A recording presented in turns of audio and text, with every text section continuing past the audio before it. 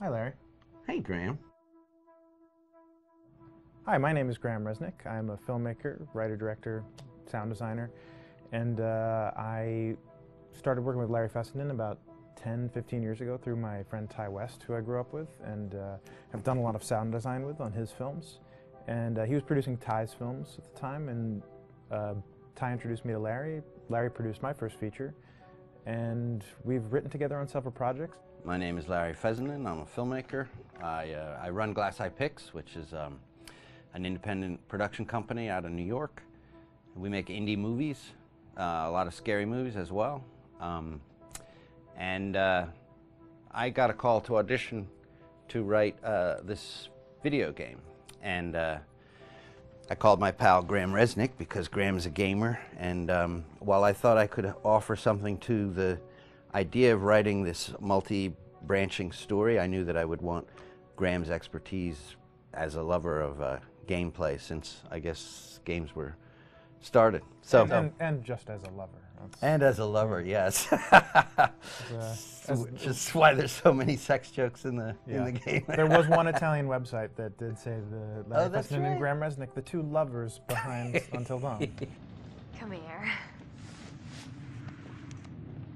Maybe I know how to handle you too. I am definitely ready to be handled. So I wanted Graham by my side.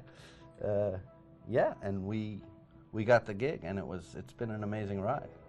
Oh, hell yeah. Oh my god, she's taking her shirt off. What? Oh my god.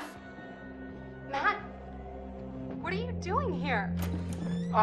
Hannah. I'm sorry, Hannah. hey. This all got Don't out of worry, hand, just but So in the game, the basic setup is that a year prior to the game's start, all these kids had gone up to a ski lodge that was owned by the parents of one of the kids, or a couple of the kids, and some of the teenagers played a prank on some of the other teenagers, and the terrible tragedy occurred when a few of them, two sisters, ran out into a blizzard, and were never seen from again.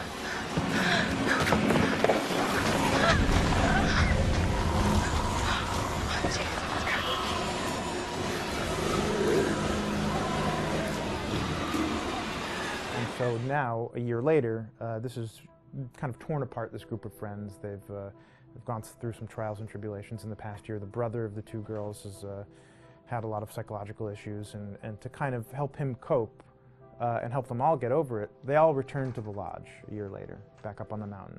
And the idea is to get over it, but The healing does not begin. yeah, and these kids are all trying to find themselves. They've been through a trauma, but in general, they're just teenagers trying to figure out who they are. So they're all kind of falling into the patterns, the stereotypes, the characters they see on TV and in the movies. I think we were very interested in taking genre tropes and kind of making them sort of refresh them.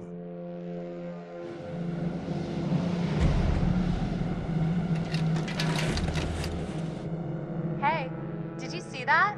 Dad said it'd just be us this weekend. We're familiar with how slasher movies work. Most people have seen some horror movies, and we have established notions and preconceptions about the roles of the players in horror movies and how they talk and how they get killed and how they have sex.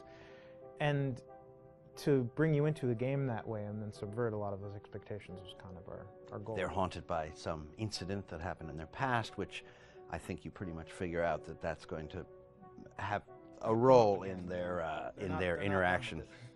Yeah, so I think what was fun was we take some sort of stock characters and we try to give them some shape, but at least at the beginning they're recognizable in the way of groups of friends. There's, you know, the jock and the bitchy girl and the rivalries between everyone. And Oh my gosh.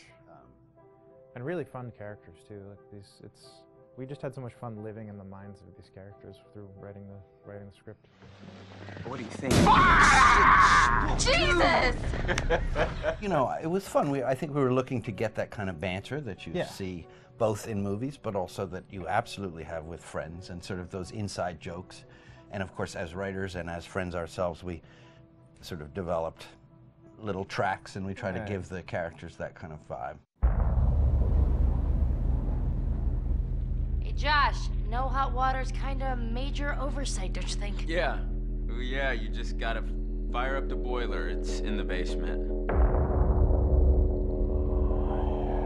Wow. What was that?